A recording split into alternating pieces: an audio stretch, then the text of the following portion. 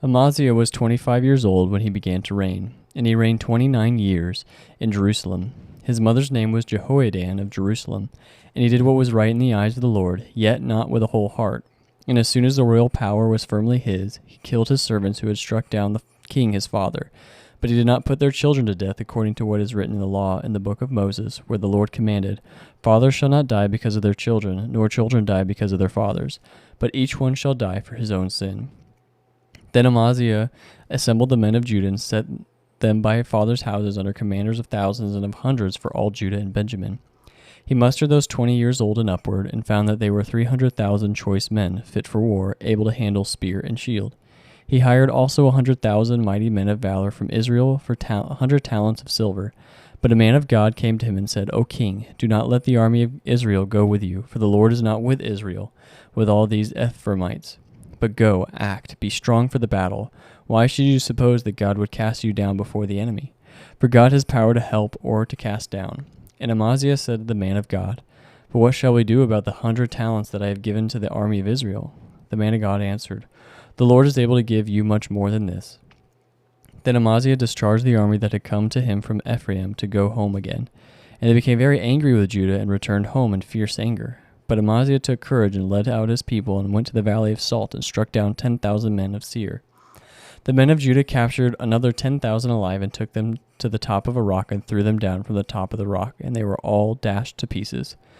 But the men of the army whom Amaziah had sent back, not letting them go with him to battle, raided the cities of Judah, from Samaria to Beth Horon, and struck down 3,000 people in them and took much spoil. After Amaziah came from striking down the Edomites, he brought the gods of the men of Seir and set them up as his gods and worshipped them, making offerings to them. Therefore the Lord was angry with Amaziah and sent to him a prophet who said to him, Why have you sought the gods of a people who did not deliver their own people from your hand? But as he was speaking, the king said to him, Have we made you a royal counselor? Stop. Why should you be struck down? So the prophet stopped, but said, I know that God is determined to destroy you, because you have done this and have not listened to my counsel. Then Amaziah king of Judah took counsel and sent to Joash the son of Jehoahaz, son of Jehu, king of Israel, saying, Come, let us look one another in the face. And Joash the king of Israel sent word to Amaziah king of Judah, A thistle on Lebanon sent to a cedar on Lebanon, saying, Give your daughter to my son for a wife. And a wild beast of Lebanon passed by and trampled down the thistle. You say, See, I have struck down Edom, and your heart has lifted you up in boastfulness. But now stay at home. Why should you provoke trouble so that you fall, you and Judah with you?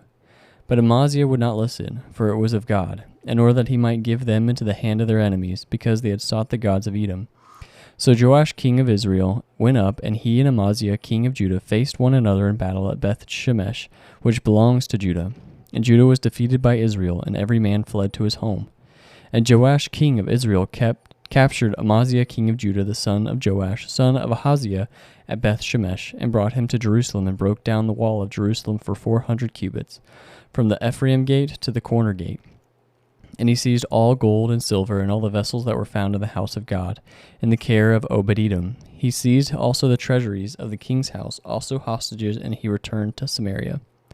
Amaziah the son of Joash king of Judah lived 15 years after the death of Joash the son of Jehoahaz king of Israel.